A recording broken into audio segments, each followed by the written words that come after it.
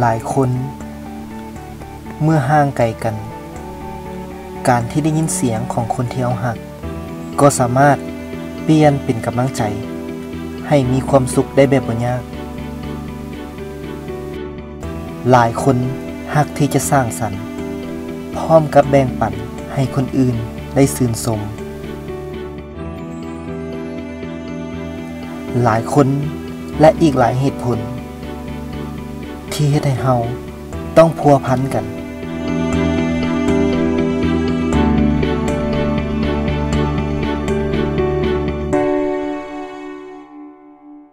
ทุกครั้งที่ท่านติดต่อสื่อสารลาวโทรคมจะเฮ็ดหน้าที่รักษาเครือข่ายคุณภาพและบริการที่ดีให้สมกับที่ท่านไว้วางใจเลือกใช้บริการของพวกเราลาวโทรคมของคนลาวเพื่อสังคมลาว